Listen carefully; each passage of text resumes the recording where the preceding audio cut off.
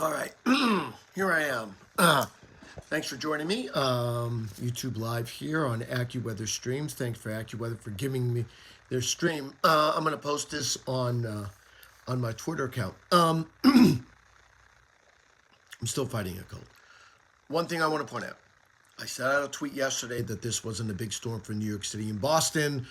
Upset some people. What I meant by that was snowstorm. I still don't think that's the case.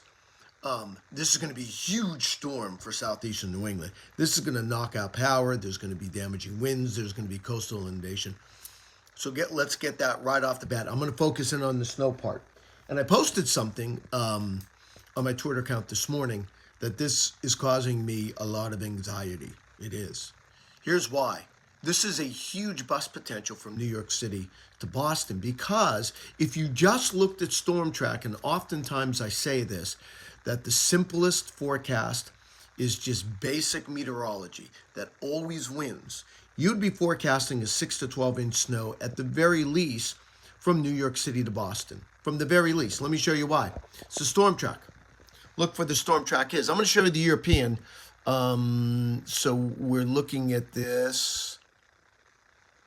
What's my time frame here? 48 hours, so where am I here for 12? Oh yeah, here we are, 12Z. So, you're looking at this, 12Z on Tuesday morning. Look at the track as we go, let's say 2 p.m. Look at the track, 2 p.m. This is 8 p.m. Monday. This is around 2 a.m. Monday. Look at the storm track offshore. All this heavy precip shown on the European, this European with the big area precip, some yellow showing up from New York City toward Boston. Absolutely right. If you're just looking at that and its own, you would be forecasting a big area of snow. And with the storm deepening below 990, you would argue you'd have over a foot of snow somewhere around Boston, southwestern suburbs, and the Worcester area, Providence. Absolutely. I agree with that 100%. But here's the problem. Here's the problem with that. Where's your cold air? Where's your injection of cold air? And I keep saying this. I said this from the get-go. This is going to be a problem.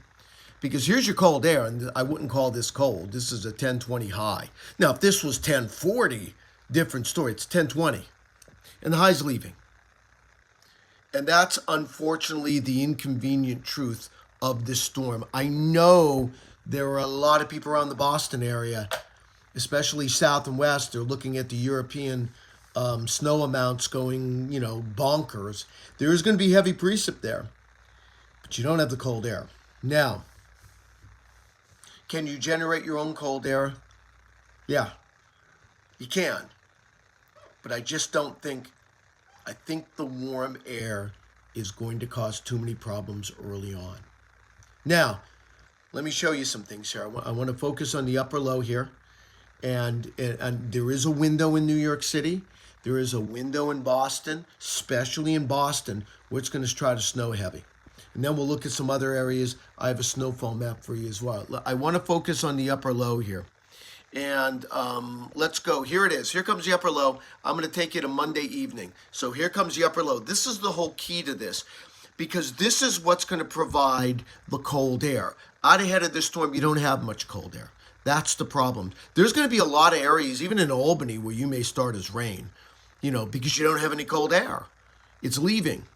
So, but here's your puddle of cold air. There's the 500 millibar. This is Tuesday morning. Here you go.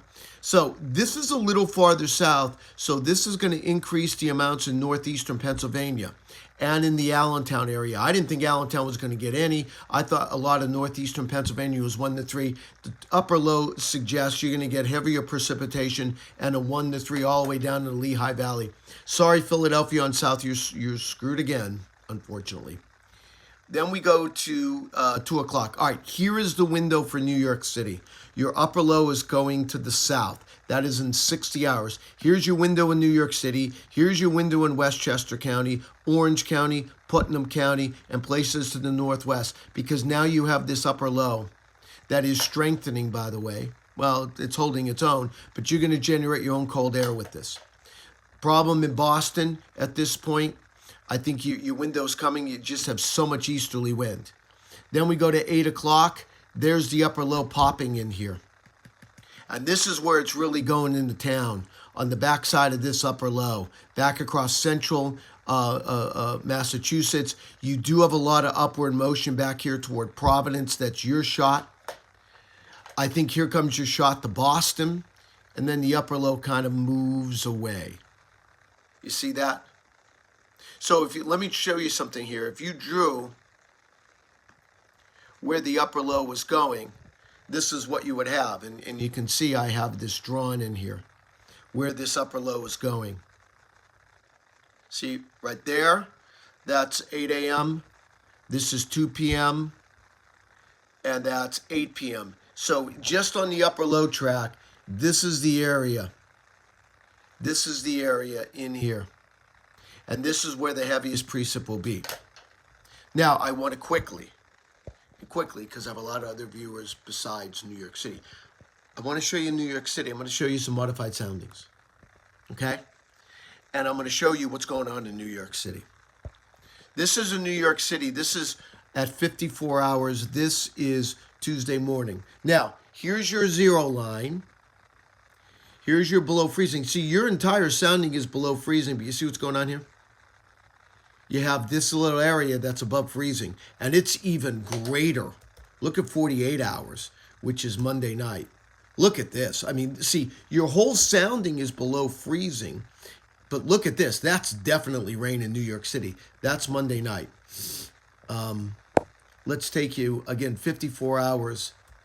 54 hours is, I believe, Tuesday morning. I'm going to double check that.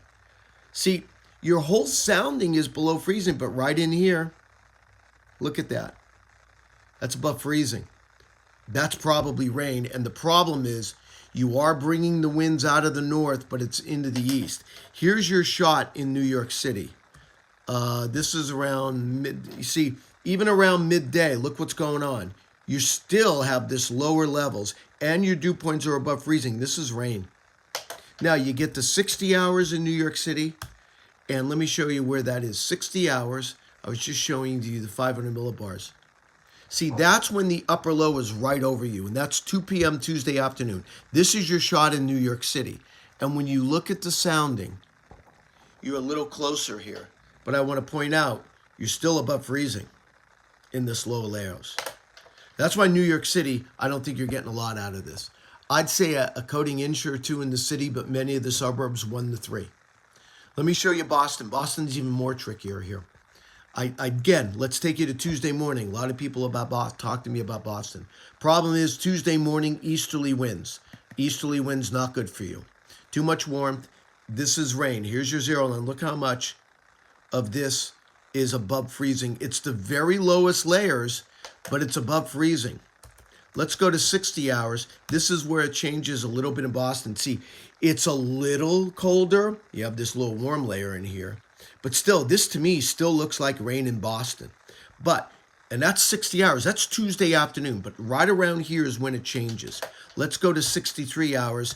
This will be, this European, this is, now, here is snow in Boston, 63 hours. So this is mid-afternoon. 63 hours. Now you're snowing in Boston. Look at the winds coming around, good cyclonic curvature.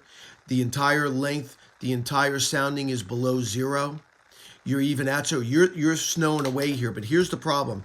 3 hours later, watch what happens. You're starting to get dry air in here. You're starting to get DDT'd in Boston. So you have a limited window. I think by 0Z, by Tuesday evening, unfortunately, you're starting to get dry-tongued here. And when you look at the sound, when you look at the model here, the 700 millibar, let me turn this off for a second. Let me turn this off for a second, turn off. Okay, see what's going on in Boston then. And see, here we go. This is Tuesday morning, Tuesday afternoon. Now watch. Watch what happens in Boston by 8 o'clock. You're getting DDT'd. Dry air is coming in here. You see that? Now you're snowing back in here good. But in Boston itself, South Shore, you're DDT'd. Dry air's coming in. And it's gonna lessen the precip, and you're gonna get lighter, and you're not gonna get heavier. That's the problem in Boston, and even on the southwest side of Boston. That's what my concern is. All right? Follow the upper low track. I want to continue to go with that theme here. And then I'm going to get you out of here. So, again, let's follow the upper low track. Again, there's just not a lot of cold air with this. And that's the problem. Now, you start getting interior sections of New England, you're going to get thumped. But even in Worcester, man, I think you're gonna start as rain. I thought maybe Worcester can get over a foot of snow.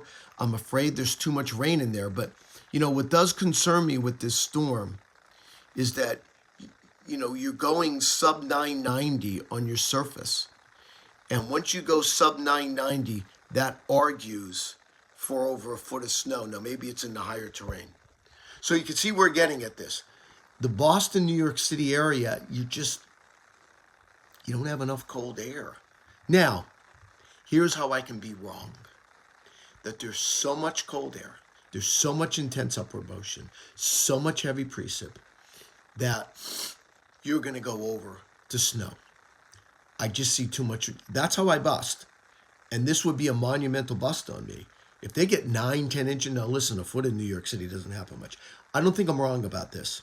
I really don't. And I don't think I'm wrong about Boston. Now, we have 3 to 6 inches in Boston. I'm going to go with that. But I would not be surprised if it was less than that, because I think you get DDT'd. And that's going to shut down the precip. That's my concern. Let me show you our snowfall map on this.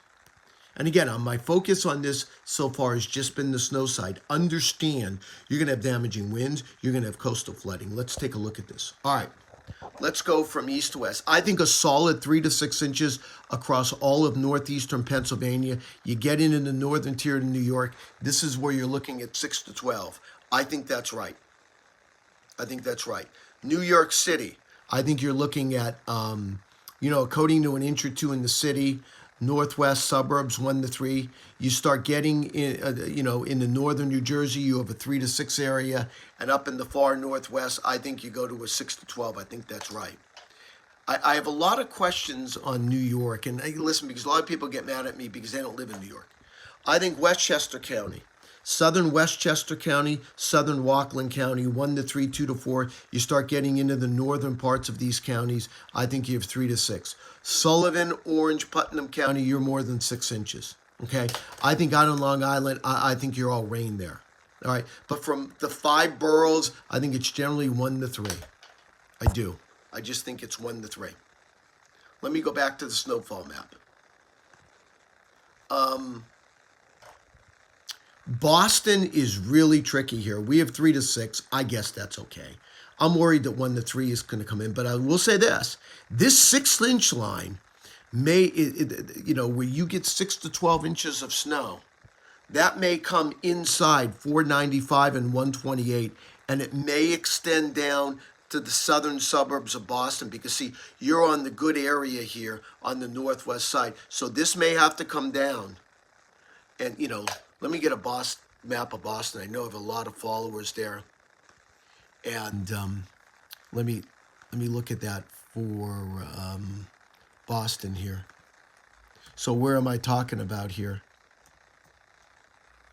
Sorry for the delay here. So Boston, let's go to Boston quick. See, my concern is it's going to be a real sharp cutoff in Boston.